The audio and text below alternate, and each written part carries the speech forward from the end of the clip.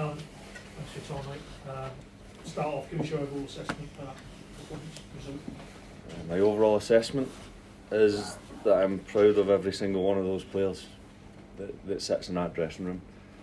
We've lost the game through a poor decision on the penalty. I've watched it back a few times now. I'm not one to sit here and blame referees at all, but it's a poor decision. And I'm gutted for the players, really. I mean, the effort and bravery to first and foremost win the battle tonight, which is always tough against Reading. We knew it was going to be a battle, but they won a lot of those battles and deserved to be able to then go and play, which they did. Yeah, I mean, obviously, as you say, anybody who saw a replay, it's not even a debate, really, is it? No, it's not. The player steps on Dowler's foot, and yeah, that is what it is. That's what happens week in, week out. And as you say, that would have capped probably the perfect night if you'd have just gone on there and held on and got the result, because it sounds like you were very happy with a lot of the performance. Yeah, it would have been better for the players. It would have been what they deserved, but that's the game. You don't always get what you deserve. But yeah, as I said, I'm proud of every one of them and the effort they made. You said yesterday, I mean, you'd go on the front foot, and you could see that in your lineup. What was your thought process there tonight with Ida playing alongside Sargent, with Pookie there as well? I thought our pace with those three could cause them problems. There's pace there, there's creativity, and there's power. And when you've got that, you've always got a chance. And I think between the three of them, and the two attacking midfielders, Gabby and Nacho, I think they created enough chances to win the game. Just lacked a little bit of that cutting edge at times, but created enough clear-cut chances. I think that was Adamida's first league goal tonight. I think that's his first league start. He's obviously had quite a prolonged period on the sidelines through injury, but he showed what he's got in his locker, and if he can keep him fit, he's just got that instinct in and around the box, hasn't he? It does. I mean, if you look at his finish tonight, it's excellent. It's a finish of a top-class striker, and if he keeps working hard, that's what he'll become. You talked obviously as well yesterday about just trying to rebuild a little bit of that connection with the fan base. We saw Steve on the pitch at the final whistle. Did you feel the general atmosphere was good tonight and the fans got behind you, and that's something to build on?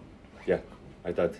I spoke to the players before the game about not waiting on the fans to produce the energy in the stadium. I felt it had to be a mutual thing. I wanted the fans to feed off the energy of the players, really, and I think the players fed off the amazing energy of the fans, and the fans did that with the players. So I thought from the first whistle, the fans were excellent the whole evening. Sorry, on a personal level, I mean, how did you find the old experience tonight? Slightly different, obviously, to what you've been used to, but as an experience, did you enjoy it, relish it? Yeah, absolutely, every second of it.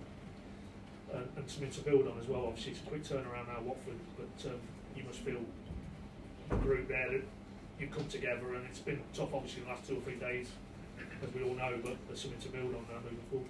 Yeah, I've said from the last press conference, first and foremost, they're a good group of boys, but secondly, they're all top players, top players. So yeah, and I think that showed tonight with a lot of them. I thought Gabby was excellent tonight. I think it's his best performance. Timu's work rate, amazing. Kenny's leadership, Grant's leadership. I could go through them all. And I thought there's been times where too many of them have been 5 and 6s out of 10. And I thought tonight a lot of them were 8s, 9s and 10s out of 10. Final one from me on this game, just popped into me there. Did you think you had a good shout for a pen there in stoppage time? A lot of team who got a bit of attention from their player and went down, but wasn't to be. Yeah, do you know what? I'm not going to comment. I've not seen it yet, so I wouldn't like to comment blind on it. Just 2 quick questions. Did you feel that over the piece, those contentious decisions didn't go your side's way tonight? If you kind of look at several that may or may not have done, none of them ended up going your way, possibly. Yeah, well, sometimes it's better to be lucky than good, isn't it? And tonight, I thought when it came to decisions for and against us, we were on. Yeah, didn't have much luck. And also, did you feel their player was almost clever to get the penalty? It happens every Saturday. We see it all the time. He's been clever. Was that a fair yeah, absolutely, and it's an art. let's be honest, he's sold it well. He sold it well to the referee, and you know, fair play. It's a challenge for our players to do things like that. Use it to your advantage. Yeah. Alan, how's the dynamic in addressing the players, you know, during the game, whether we're at half-time, full-time, before the game with Steve? Was it one of you taking the lead, or were you both chipping in together? We both had key points that we needed to raise at half-time. Most of them really positive. So I spoke, and then Steve spoke. The other thing I wanted to check with, Sam came off towards the end. Was that a bit? It looked like a fitness concern. I assume it was. Yeah, he was cramping up. Yeah. And so was Marcelino. Okay. So, yeah. Alan, has there been any more talk with Stuart, etc., about timing on the next manager coming in at all? No, I've just been asked that. There's been no further discussions on that. And the question as well, before the game, I asked Paul Winston as well, it was a lovely tribute to Pele. I just wanted to ask you what your memories are of him. You know, I've been really lucky in that I spent the whole day with Pele in New York in 2016. I've got a friend who works closely with him, and I was doing a striker session in Manhattan, and he came along and had advice for me during the session.